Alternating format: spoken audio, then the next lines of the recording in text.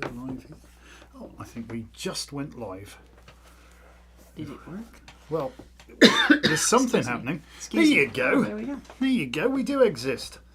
All right. We got some peeps. It hasn't started yet. I'm not sure what to do. The word is patience. We try patience. We're not a bullet train. All right. We don't run to the second. We try. But there you go. Hello, everybody. Welcome. So, gosh, can you read that, or do you need me to read? It doesn't matter. They're sorting it out. I think Everybody's figured it out. I think they've figured it out. They've figured it out. It comes on when we come on. It's, there may be some satellite delay. So good evening, everybody, and welcome back to our fun book club. We are, believe it or not, up to chapter 6, which takes us more than halfway through the book already. Right. This is quite a short chapter, but there might be some show and tell, maybe. I don't know. Short chapters. Yes, not content-free, though. Not content-free at all. Who wants to start? Well, I think you should start. You think I should start? Let me wet me whistle then. I can't even speak. That's why I thought you should start, because I needed a drink. Aren't we so did professional? I. Very, extremely. So, all right. So, chapter 6, Not Your Dad's Toolbox. In this chapter, we provide an introduction to magical tools. We describe what they are, what they represent, and how to use them. We show you how to improvise when you don't have the exact tool you need. And finally, we discuss setting up and caring for your sacred altar. Hidden in plain sight. To truly understand the importance and magical uses of the witch's tools, we need to cast our minds back to the time when the old religion was still young and take a look at the origins of witchcraft itself, perhaps. Generally speaking, there was a time when there were no lines drawn between the magical and the mundane. Just living life was a magical thing in and of itself. Kind of is, really. Well, it certainly was back then. We were much more deeply connected to nature and the cycle of the seasons than we are today. We trod more softly upon the face of our Mother Earth and had respect for all living things. We used what today is called sympathetic magic. Did I go over 2 pages? I believe I did. To turn the wheel and ensure the fertility of the land and thus our own survival. But even back then, were there those who had a much deeper connection to the nature of nature itself. They learned the cycles of the sun and the moon and how to foretell the changing seasons. They studied plants and herbs and learned how to use them to heal. They used their knowledge for the benefit of all and passed it on to younger generations to ensure it would never be lost. And thus, the ancestral practices of the craft of the wise were born. We need to remember. For millennia, the wise ones lived in harmony with nature, appreciated and respected by the communities in which they resided. But then came the rise of the Church of Rome, bringing with it a ruthless patriarchy. With the spread of Christianity throughout Europe, the Church's power increased to become almost totalitarian, even subjugating the authority of kings and monarchs. As it continued to grow, the Church sought to rout out the last vestiges of paganism and viewed adherents with disdain. Moreover, they saw elder, educated and wise women as a threat to their authority, whether or not they practiced any form of folk magic. A papal bull was issued to establish the Inquisition and authorise the systematic eradication of witches. The inquisitors spread fear and panic from the pulpit, offering rewards beyond price for those good people who helped identify the evil witches. For several hundred years, the word witchcraft was demonised and used as a weapon against the population. So loud and so often was this message told that a mass hysteria spread throughout the land. Irrational fear spawned religious genocide, and the burning times were upon us. Historians speculate that between 50,000 and 70,000 people were unjustly killed by burning or hanging during the European witch trials. And if you think about the time frame of how many people were actually on the planet at that time, the number is much bigger by today's numbers, Well, yeah. By today's percentages. That's just in Europe. I wonder if you could find 70,000 people who identify as witches now, today, in Europe, possibly. I'm sure you could. Possibly. Well, anyway, once the edicts were in place and the witch hunts began, it was no longer safe for those practicing the old ways to be in possession of the very tools they used for their magic. So they were hidden in plain sight as common household items. The kitchen knife became a bowline or athame. The chalice, a goblet for drinking. The cauldron, a pot to cooking. Candles for evening light, and salt, simply a preserver. When reading through this chapter, please be mindful that this is merely an introduction and not a definitive listing of every magical tool in existence. Excuse me. As you progress down this path, you will no doubt encounter many more fascinating bits of kit and have the desire to acquire them, or acquire at least some of them for yourself. That said, we will be the first to tell you you don't actually need any of the tools we discuss in this chapter in order to create real magic. It's entirely possible to perform all your magical workings with the most powerful tool already in your possession, your mind. In fact, it's important to really resonate to the piece that you are going to have as your magical tool throughout the rest of your life in the craft. So don't just buy the first whatever you see, or this because it's all matchy-matchy. Or it's purple. Buy something that really seems to be your important working tool. Wait till you find the right one. Yep. Yeah, we more on that in a bit, actually. So, having established that you don't actually need anything, you may be wondering why we've dedicated an entire chapter to the subject of tools. Well, it's true having the right tool for the job certainly makes it easier. You can indeed use a butter knife as a screwdriver, can't you? But things are going to get frustrating really quickly should you encounter a Phillips head screw. In addition, what exactly constitutes the right magical tool is largely subjective. Excuse me. These kind of these kind of tools are inherently personal in nature. Some will speak to you, some won't, Ultimately, the decision to use any of the tools we describe is yours alone to make, as is whether you should buy them or indeed make your own. That said, magical tools are far more than just empty props. For once you've procured, acquired, or made a particular tool, its energy may be combined with that of your own mind to become an extension of your energetic body and personal power.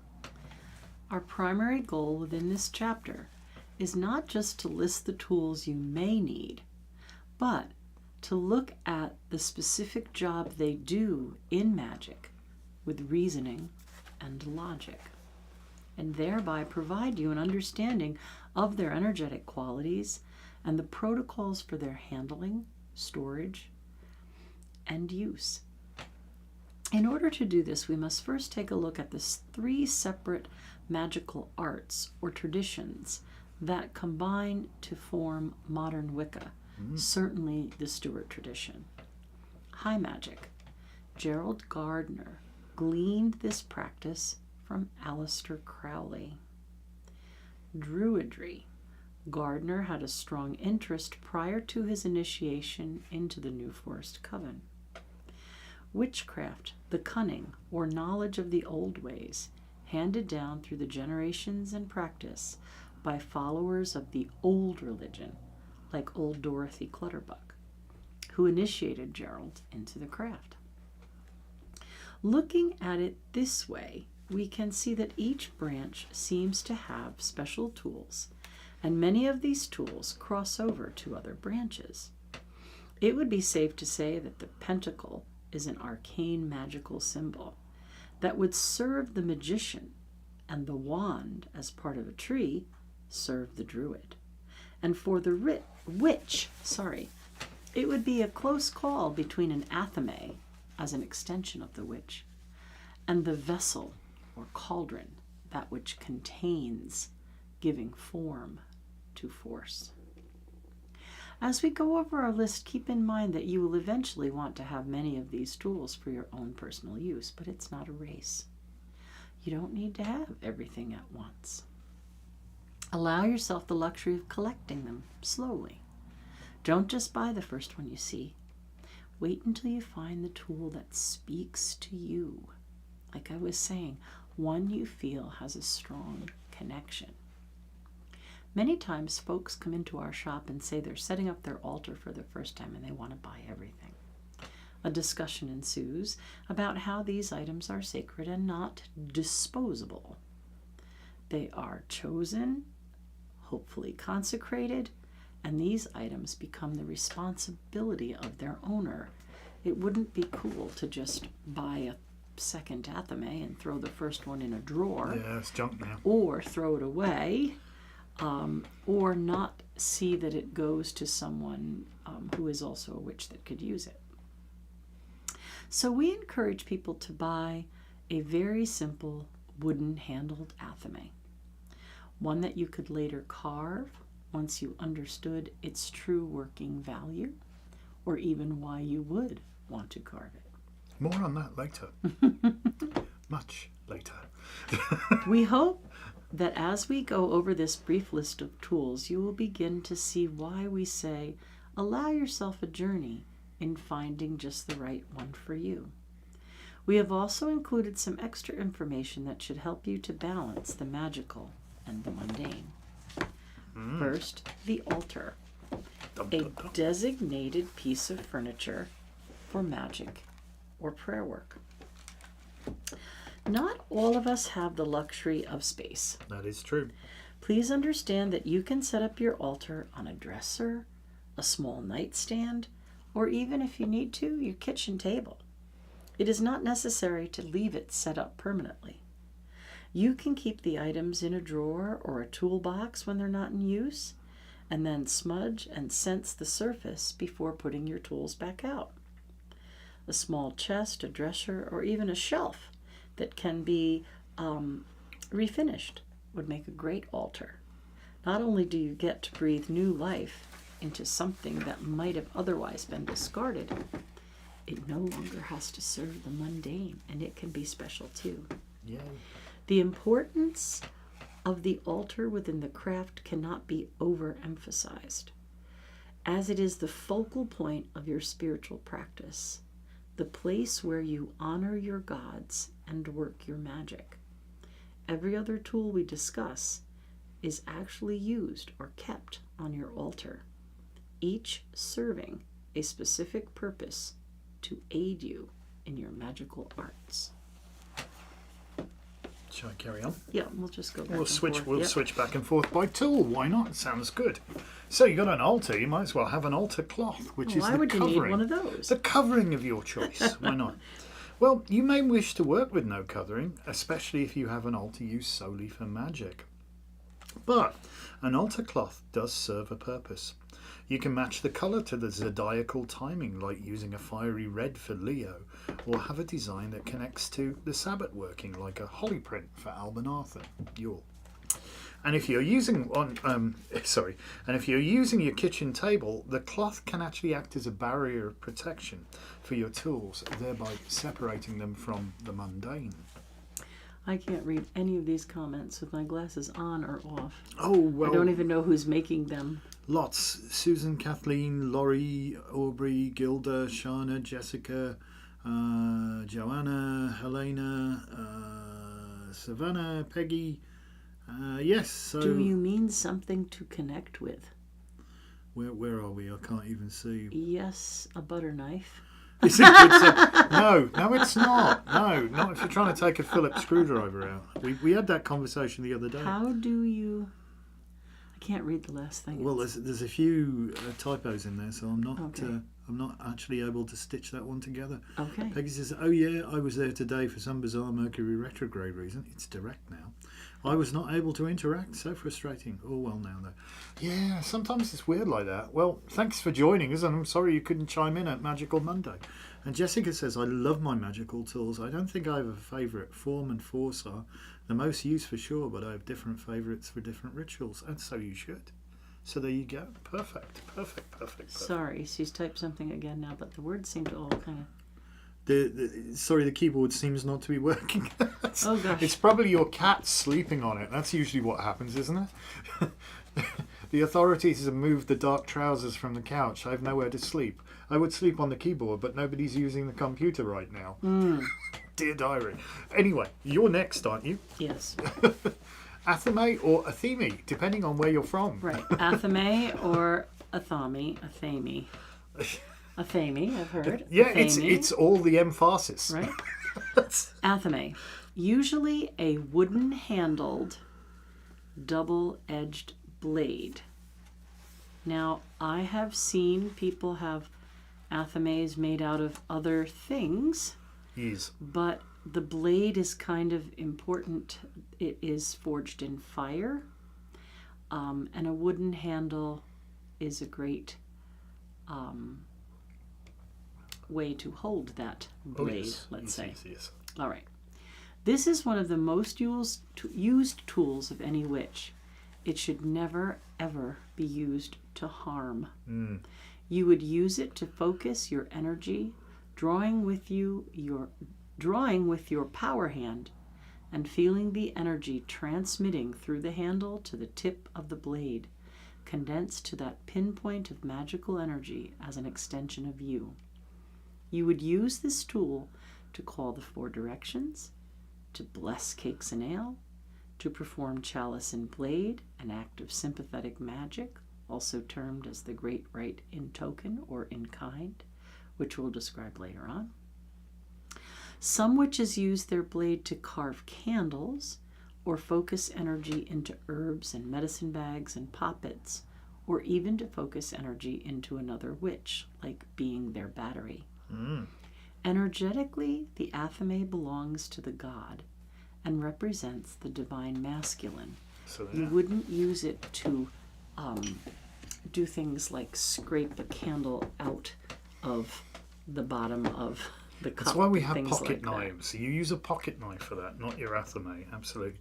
I wouldn't even use the athame to pick up a dropped wick, in a candle. No. No, Right. not at all. Here, one of these. Look, listen. What's all that about? Well, bell or chime used to represent the energy of air, or indeed ping an energy. The bell is typically placed on the altar in the east as it signifies the elemental qualities of air. But keep in mind the Fae, one of the many names used to describe fairies and sylphs, the elemental beings of air, do not always resonate to metal. Resonate to metal. Are we allowed to say that? I think we did. As it's said, they have an aversion to iron. So you might wish to have a feather or small altar broom in which they could take up residence during your circle. We've got some great statues. We'll talk about them later. You may use the bell as a signal to focus the attention of yourself and or others at key points in your rite, such as calling or releasing the quarters. You may also use your bell for meditation or astral travel. For example, once in a relaxed state, ring the bell or chime, listen, and allow yourself to see how far you can follow the sound out into the ethers. It's a really good way of getting into trance, that. It really is. Yes. I will put the bell away. The besom, the magical working broom. We quite often teach a 2-hour workshop just on the meanings and workings of the witch's besom, but we'll try to keep it brief here and not go off the deep end. Used primarily to clean and clear, almost like you would with smudging feathers. You may sweep the altar or any items you wish to clear of unwanted energy. The broom or besom has a leading role to play in sympathetic magic and is connected to all 4 of the agricultural sabbats. The greatest Those sabbats. are known as the greater sabbats or the goddesses' sabbats, the terrestrial sabbats, the ones that are cross-quartered. At Gwalfreid or Gwalmer, Imbolc, it sweeps breed's bed to ensure fertility. At Calangaeaf, it clears the circle for the arrival of the ancestors. At Calanhav or Beltane, it is used in an act of ritual magic, jumping the broom, where the union of the god and goddess takes place. And at Gwalaust, Lunasa, the broom sweeps the barley corn from the miller's floor. There is a wonderful anecdotal story behind why witches are often depicted flying upon their broom. We love to demonstrate this in our workshop. It all has to do with fertility rites. The broom was taken out into the field and held skirt outward, or skirt out in front. The front of the witch, then, she would hold the staff part. She would then whack the earth and jump as high as she could with the broom, indicating to the seeds beneath the soil how tall they should grow. To the unknowing, it appeared that the witch was trying to take off, hence its association with flying. There's also flying ointment, but that's a story for another day. I think so. However, most every picture that we see of a witch on a broom shows the handle backwards and the skirt out the back, which should be in the front. They've got it upside down or backwards. The besom or working broom can also be used for astral travel, but it should never be used for mundane cleaning, meaning it wouldn't be like hidden in plain sight, that you would just sweep the floor with it or sweep horribly dirty things. It should be stored upright, staff to the floor, skirt to the sky. And if not, it should be hung in a place of honor, or, if it's a small broom, placed upon your altar. The broom flower or skirt of the broom should never be stored on the floor. It is a tool for air and flight, not one of grounding. People are speaking about things maybe perhaps carved in the broom. Oh, yes. Oh, yes. We won't go there. Probably best not. It's a family show. Probably best not. We'll leave that to your imagination, or we'll discuss it in private. It is a very fertile... Oh, it is a fertility tool. symbol. Of Yes. course it is. Of course it is. So that brings us on to the boline, or white-handled or crescent knife. This sacred knife is used to gather or harvest herbs, such as mistletoe, for example. It may also be used to carve candles, particularly by those witches who would never dream of using their athame to cut or mark anything. As a representation of the crone's reaping hook, the boline is often used in acts of sympathetic magic and during initiation rites. Again, just like the athame, this blade is never used to do harm. Why don't you do Book of Shadows as well? Sure, why not? So the Book of Shadows, records of magical working. So these contain records of rituals, spellwork and other magical works, and they're written down in the pages of the book. These might be entirely your own work, or may be copied from a mentor if you're part of an initiatory tradition. There is some confusion as to the difference between a Book of Shadows and a grimoire. Strictly speaking, a Book of Shadows is a record of what went on during a ritual, whereas a grimoire is a book of instruction on how to perform the magical workings. Oh, read that again? Okay, so strictly speaking, a Book of Shadows is a record of what went on during the ritual, whereas a grimoire is a book of instruction on how to perform magical workings. A kind of magical textbook, if you like. This is fun. The grimoire takes its name from grammaire, an old French word used to describe any book written in Latin. But by the 18th century, most French books were published in the native language, save for a few magical textbooks which continue to be circulated as Latin manuscripts, usually hand illuminated. Eventually, this gave rise to the corruption of grammaire to grimoire, a figure of speech implying that the work was hard to understand and would probably cause you to grimace. Grimoire, grimace? Oh dear. While trying. It's true. It's Not true. to be It's true. confused with that purple guy. Well, yeah. So, to be precise, Gardner's first Book of Shadows, Ye Boke of Yart Magical, is actually a grimoire, as it contains far more in the way of instruction for practitioners of the craft than records of rituals held. No matter what you term your book, you should, at the very least, have a ritual for each Sabbath and new or full moon Esbat you celebrate.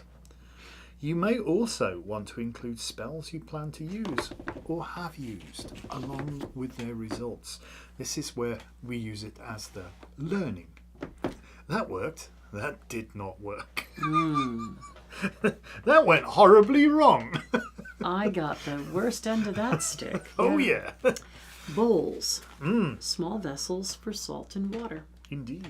The ritual salt is mixed into the water and used to asperge, ritually sprinkle, participants, the sword, or any other items that you wish to cleanse and clear. In our tradition, we use a pair of matching ceramic bowls with the same design but of different colors, blue and brown, blue for water, brown for earth. We designate the blue one as water and the brown one for the salt. It's not like you know this material, is it? You don't have to use ceramic bowls, as you could certainly use glass or crystal or any natural container like a seashell for the water. Use your imagination, but try to avoid plastic. It's not really very special or sacred. A McDonald's sippy cup. Yeah, no. Perhaps not. Perhaps not. Candles. 4 candles. Candles for forks. No. Candles. They're used for magic and to light the watchtowers. Although candles are often found on the Wiccan altar, they do not represent the elements or your deities. Instead, they are lit to honour them and light their way. We covered this in some detail back in chapter 3, so go and watch it if you forgot. If it's not clear. If you're still not clear, go back and take another look or listen again, because there's a huge difference. We go into the lighting the watchtower, the illuminating it. So candles are most commonly used within a working for healing, prosperity, or love magic. You dress a candle, that kind of thing, put some oil on it, you might carve it, etc., etc., etc. So when selecting candles for your altar, try to avoid cheap and overly synthetic scented candles. Especially watch out for ones that've got been dipped in a plastic metallic covering or something. Or they have a lead wick. Yeah. Or really bad fragrance oils. Buy the best ones you can afford, ideally created with specific magical intent. Better yet, make your own. Or, if you prefer, we know this store in New Paltz that we actually make them all in a magical space. And 120 different intentions. Yep, they don't suck. The reason we started doing that is because we used to buy all of our votives from a really lovely company. Probably best not to name names. Nope, and the person who owned it retired and sold it. And the people who came in started cutting corners. And they didn't smell the same, and the colors seemed to be a little off. And when I called to speak to the new owner, I said, votive candle kind of gets its understanding of its name from the word devotion. These are devotional, magical items as far as we're concerned. And somebody is probably going to be using them in quite a small space, like we have a votive candle going here. And that's, very close to where we are. And if it had a lead wick or synthetic nasty oils in it, it might not make us feel very well while we're doing our devotional work. And they said they needed to save money. So we decided to make our own, and we've been doing that now a long time. A long time, yeah. Close to probably 20 years, 15, 20 years. It's been a while. Been a while since we've been making our own 15 candles. years Yeah. anyway, At because least we'll 15, be married 25 yeah, years. I think year. we really set to doing that when we stopped going backwards and So forwards. 2008. So probably, from 2008 on, we've been making our own. 17 years, okay. It's getting there. Something like that. Anyway, there you go. That's Any that road story. up. That's how we decided to make our own candles. So you're next with Cauldron. the cauldron. The cauldron, the vessel. Belonging to the goddess or divine feminine, the cauldron is strongly associated with the element of water. However, as you can see by its many varied uses, it really brings together the 4 elements of air, fire, water, and earth, and imbues them with the 5th, spirit. It symbolizes the star goddess in the dusts of whose feet are the hosts of heaven, whose body encircles the universe. So if you think about it, there's a whole bunch of cauldron lore. Again, that could be another whole class by itself. But perhaps the night sky is a cauldron. Stirring above our heads. And the stirring is the stars moving, right? Star goddess, in the dust of whose feet are the hosts of heaven, whose body encircles the universe. It is the container that holds the raw, undifferentiated potential from which all things proceed and to which they must return. So I think people need to familiarize themselves with the charge. Oh, yeah. As representative of the goddess, the cauldron contains within it the energies of inspiration, transformation, and regeneration. And those of you familiar with Celtic lore might be interested in that. Within your magical workings, it can be used to hold a special liquid or brew. It could hold sacred earth and seeds, could mix herbs and salt in there. And as you can see, you could safely burn a candle, representative of fire, or even incense smoke. We have a little cauldron. So it really could encompass all of the elements. But it really is the vessel, the water, the womb. So it's I would suggest second only to anathema or something. It's the you probably transformer, want to isn't get, it? You know? It is the transformer, the inspiration, the transformation, the regeneration. All right, so censer. I mean, for all of you recovering Catholics, you're probably familiar with those, nomine padre, swinging all around the place. So you can use something as simple as an incense boat if you want, or you can go all out and spring for an elaborate brass swinging or handled censer which burns special handcrafted incense on charcoal. I will say this, when you start making your own incense and you burn it on really charcoal, hard to go you don't want to go back.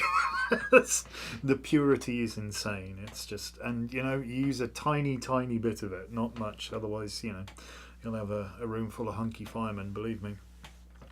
So in the same way as the salt and water bowls are used to asperge things to cleanse and clear, the censer is used to consecrate and purify things by sensing them in the smoke of burning incense. Right, so again, now you have the four elements. You have that earth and water in the aspergillium, or the asperging, and you have the air and fire in the purification and consecration of the incense. Indeed. Chalice, a ritual cup or goblet, also belonging to the goddess or the divine feminine. The chalice is, again, associated with the element of water. It's used along with the athame in the chalice and blade ceremony, the act of sympathetic magic representing the union of the goddess and the god from which all life emanates. Force, form. Sometimes referred to as the great rite in token or the great rite in kind. Chalice and blade is enacted by the priestess and priest of a working group and is not generally performed by a solitary practitioner. Though you could, it might be a little different. It's a bit odd. It is known as the great rite in token or in kind, as it is a symbolic act of sexual intercourse. Within some groups and tradition, there are certain circumstances where the great rite is performed in true between the priest and priestess, who are most likely a couple. This is a consensual sexual union and the act of great reverence. If working alone, the athame can be placed flat across the cup part of the chalice so that the blade and the hilt sort of look like the representation of the Celtic cross. I wonder if I can just show you this, because it's in the book. I'll just throw it up there. See how you've got that Celtic cross there? So you see that water, the downward pointing triangle, represents the vessel or the womb, and fire, the upward pointing triangle, is the seed or the force. So you have form for the force, a womb for the seed, and when you put those two triangles together, you get as above, so below, and you see the triangles with the lines as well. So there. The chalice often holds the wine or another drink of choice. All may drink from the blessed the blessed liquid, and some is saved for libation or sacred offering. What does that mean? Okay, you can use chalice and blade to bless drink that empowers it with the energy of the Lord and Lady, and everybody can have some of that to empower them. Or you could use it later as a grounding. You could use the drink as a grounding when people come back from wherever they've been in ritual. We do talk about this more when we actually get into the ritual proper, which is later on in the book. Mm-hmm. But Lisa makes a very good point there. You know, what are you doing with that? Yeah, it's a short chapter. We can afford a bit of digression. Bit of digression. Clothing, eh? Your witch wear. This does not have to be an expensive robe. You can yes, make one. We do require you wear clothing. Yeah, you can't unsee things, can you? This does not have to be an expensive robe. You can make one quite simply out of a sheet. Just remember to put your head through it so you don't look like a ghost. Keep in mind that it is easier to work magic if you feel magical. And wearing sort of like a designated working outfit or a cloak can make you feel like you're indeed covered in magic. Now, some like to go skyclad, sans clothing, au naturel, so to speak, in Gerald's way, you know. But you should decide what is best for you and what fits the occasion. Tip for the top, don't just turn up skyclad at somebody else's gig. It's a little cold anyway. Well, yeah, and the mosquitoes will like you, I suppose. Cord, not just for hanging a pouch on. Although there are many kinds of cords within the craft, with many different uses, we're going to focus on the cord that you tie around your waist. Mm-hmm. Unless you were given one by your high priestess, this is definitely something you're going to have to make yourself. But how long should you make it? How long, indeed? Many working groups, especially those not part of an initiatory tradition, would consider the cord to be a type of measure in kind and make the cord as long as the person is tall. Other groups might have a specific magical number in the length of the cord that must equal 9, for example, 81 inches. 8 and 1 is 9, connecting to that magical number. The cord can indeed be used to hold a pouch, but it can also be used for much more. You may use it to form a ring in which you stood in the middle of to do your working, or perhaps you could perform cord magic with it by tying and releasing knots. In fact, there are so many other ways that cords can be used in magic. We actually teach another separate class on that as well, a workshop dedicated to just that subject for the witchlings in our tradition. That we do. So crystals, like rocks and gemstones, if you will. Each of these beautiful gifts from the earth holds a magic all of its own. They are wonderful to include in the north corner of your altar as a fitting place for your earth elementals to reside. As they're so strongly connected to the physical realm of earth, you may wish to use them in manifestation magic to make your ideas a reality, or perhaps program them for healing, stability and protection. And it's always something that's nice that you can take away if you'd like your group charges up something, and you know they charge up everything, and then everybody gets a little bit of make and take. Make and take. So we do that a lot at our public circles. We do. You want to do tools? Divination tools? Sure. Okay. So these are the mancies, literally from A to Z, or A to Z if you're American. So from astromancy, which is divination from the stars, to zoomancy, or zoomancy if you prefer, divination from the movement of wild animals. Literally everything else that lies between them. Oh, gosh. This section on divination tools could actually span into several books, had we the space. Suffice, if I can say that in English, suffice to say that any witch worth their salt, excuse the pun, should have at least one form of divination in which they are somewhat proficient. Comfortable with. Somewhat, yes. When it comes to tools, the world is literally your oyster. There are all manner of tarot decks, oracle cards, crystal balls, runes, sticks, stones readily available to choose from nowadays. Yet, as before, when we mentioned with ritual tools, you really don't need anything specialised at all. You can effectively scry in a candle flame, mirror, or a simple bowl of water to receive your messages. You could even lie on your back and just gaze up into the clouds to gain your inspiration. Kind of awesome, that. Loud gazing. We all have an intuitive ability. We all have it. We do.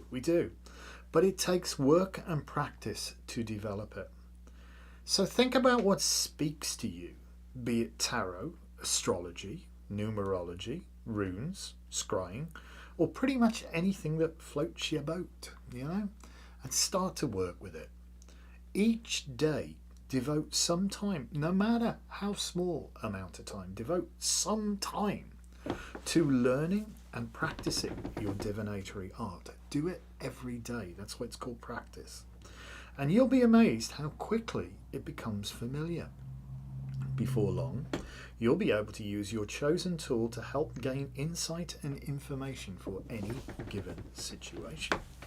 Now, many groups, certainly we do, perform group divination as a form of magic and support for one another. But even a solitary practitioner can benefit from divination as a way to track your progress on the path through the energy of spirit. It's kind of cool like that. Again, Weirdness Journal. Make sure you write this stuff down. Jewelry, adornment for your craft.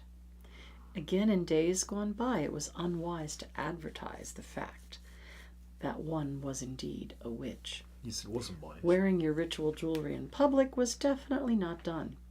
Many witches still to this day have personal jewelry they wear only for ritual. Anyway, they don't wear it out where a muggle could touch it. Indeed. Some people are very unaware of privacy, and they will touch. Oh, what's that? Get your hands off my jewelry. All right. If it's not worn and they're not in the ritual with you, they can't, can they? Anyway.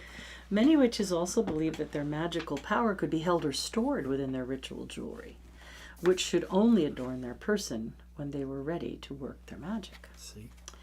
Today, many of us can wear our jewelry with pride, but do keep in mind that if you're going to wear your magical items in the mundane world, you also carry with you the responsibility of protecting them and the possibility of having to explain them to some degree. Is that a Star of David? Are you Jewish? We encourage our working witches to wear a pentacle, much like a Christian would wear a cross, to keep them connected to the ancient ones and their path.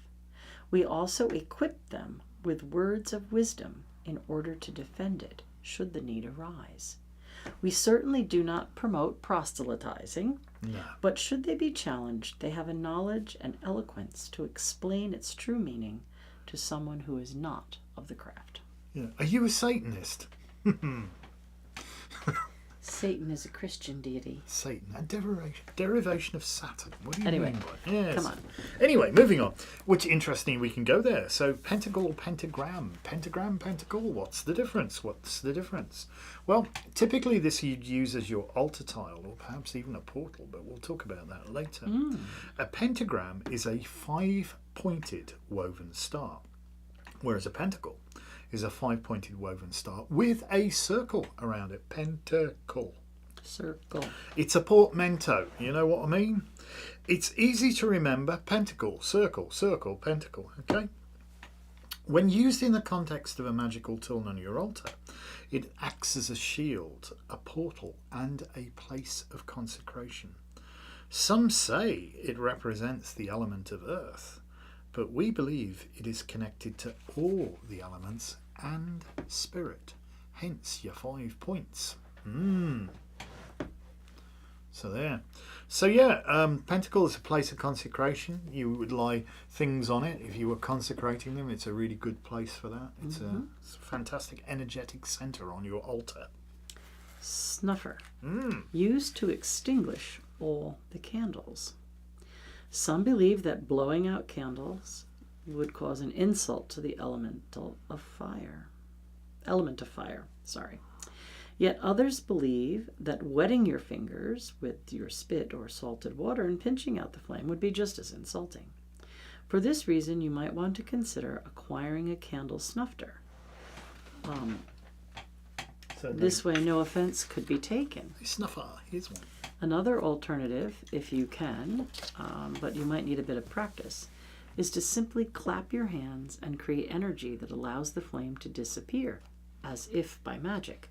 This is also a reason why most people's altar cloths are full of wax on them.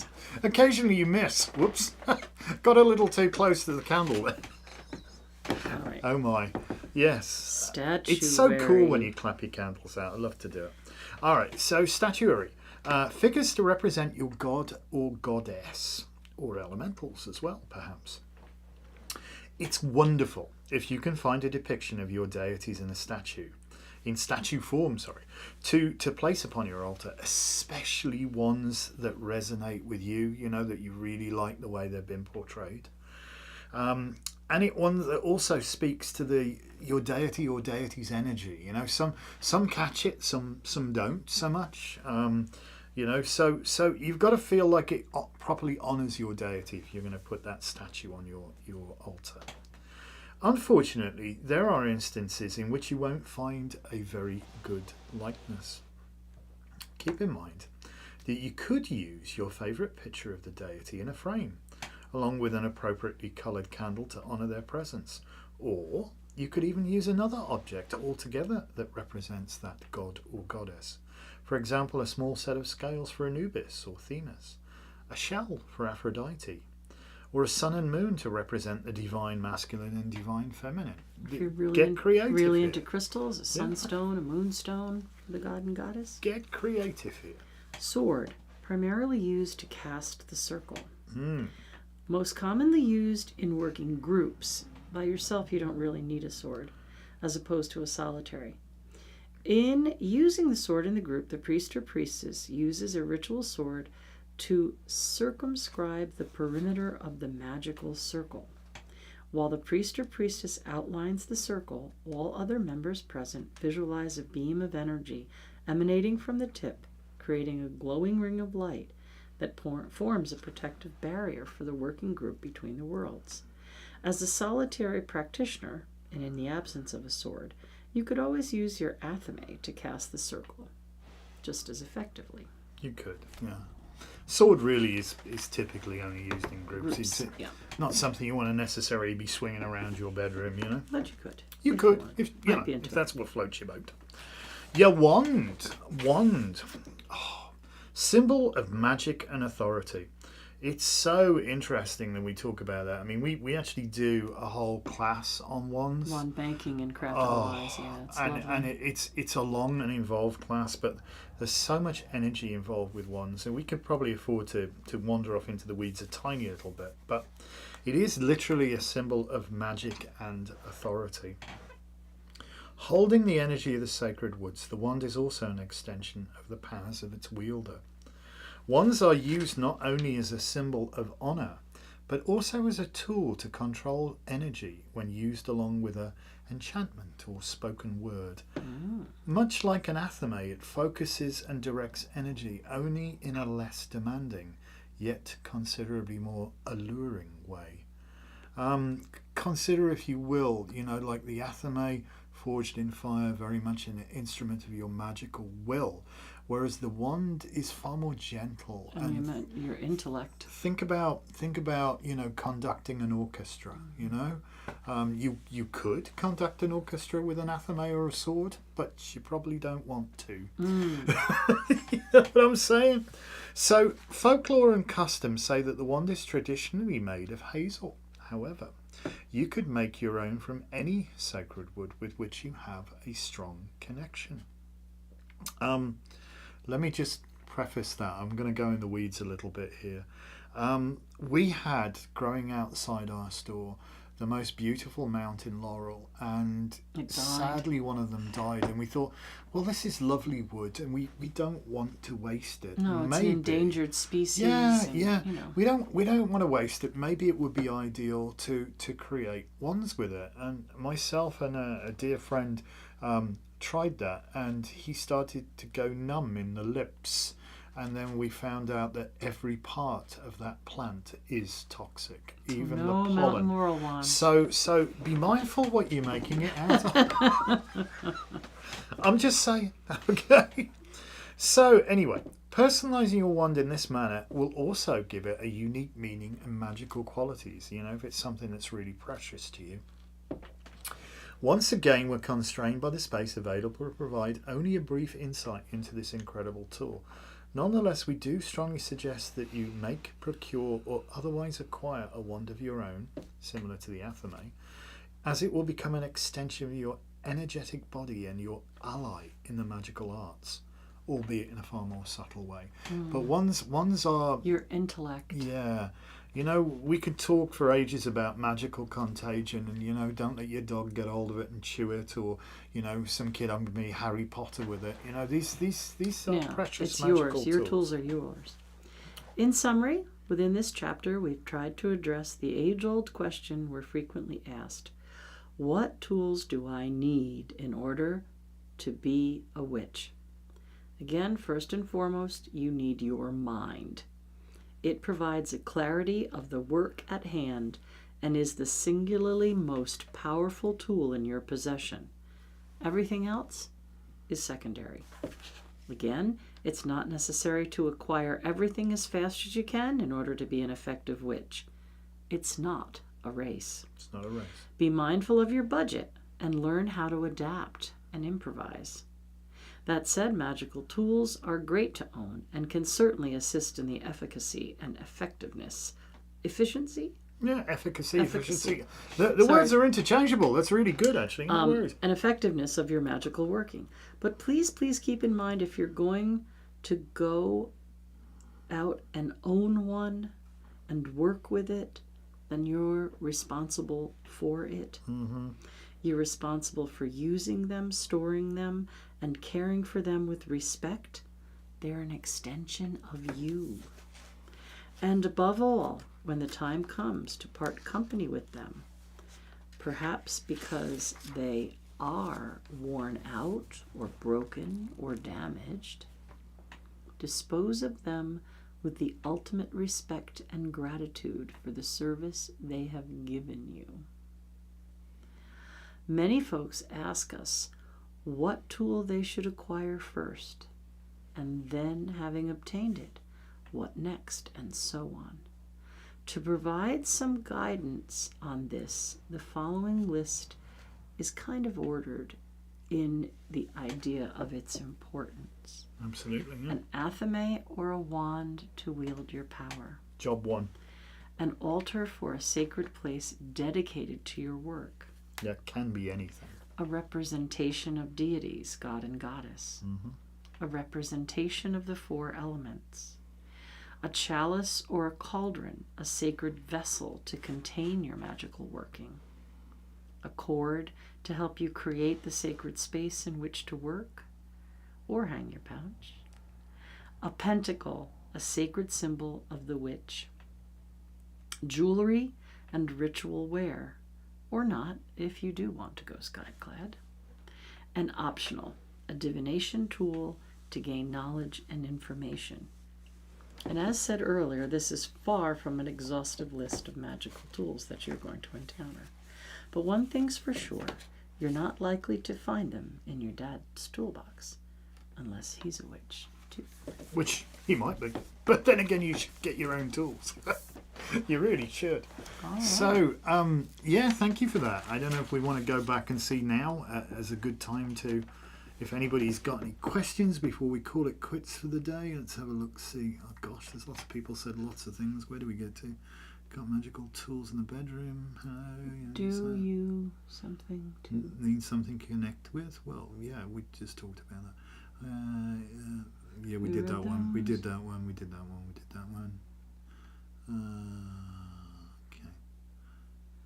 Okay. Alright, so we have no control of the ads. The ads just come up. So you can join YouTube Premium and then you don't suffer from any ads, but I mean they take money off you that way instead. I don't wear normal jewelry anymore. I don't want the wasted space. I understand. I took the wand class. I can still feel the power. Oh, it's wild, yeah, absolutely. Magical contagion. Well, you know, pets can come and go from the circle as they please. But don't let them chew your But wand we're saying, up. like, don't let your animals chew your wand up. That may not be cool. That has happened. That has happened. All right, I'm going to try the clapping Oh, trick. hey up. Let's just move my beverage. Look, see? And for those of you who don't realise, that is not the wind from her hands. That's the concussive wave that you get. All You right. hear the bang. It knocks the flame out. It's quite beautiful. It works wonderful. Yeah, curious cats are always fun in magic. They are. I have. Okay, so how do I get the hunky fireman to my house? Well, burn a lot of incense. You probably... Summon them, I suppose. Well, yes, there's a limit, you know. You can conjure one up. We tell people when you first start burning incense on charcoal, take what you think you need, put half of it back, put half of it back again, and you probably still got too much. So, you know, it just, the difference is unreal. But it makes that amazing amount of smoke, and it has different layers and levels. It's all good fun stuff. So there you go. Well, Nicole, you're late to the party, but that's all good. You can always go back and listen. But you'll have to scroll back. But there you go. At some point, we'll stitch all of these together into one. And sometimes it just takes time, Savannah, or getting to a point where your athame would be consecrated. Mm-hmm. Indeed. Your wand was consecrated in class. So it might be that the journey must go forward a bit. These things happen. Speculation. Okay. But remember, it is not about the destination. It is not. It is entirely about the journey, because that's the important bit. And your journey is unique to you. Nobody can have it for you, and you can't have anybody else's journey. You can't get there riding somebody else's coattails, you know. You can't learn the mysteries, because the mysteries cannot be taught. They cannot. They can only be experienced, and you will experience those in your own unique and beautiful way. And how you experience, the order in which you experience them, how they affect you, is unique to you. And nobody could have that journey for you. So just remember that. That's what it's about. It's not about where do I get my badge from, because badges don't work in this. We hammer that in chapter 1. All right. Anywho, that's it. That's us for tonight. Yes. And an hour flew by. Hopefully we'll see you next Monday. Yes. And I think we're getting into the ritual part next Monday. So. In the name of the gods, I think we talk about relationship with deity next time, which is really good. Oh, right. You want somebody to get on their soapbox? Hey. All right. Thank you you all very so much. much. Have a beautiful, Have a wonderful wonderful evening. week ahead too. Yep. And we'll see you soon. We'll Peace. see you really soon. Bye for now.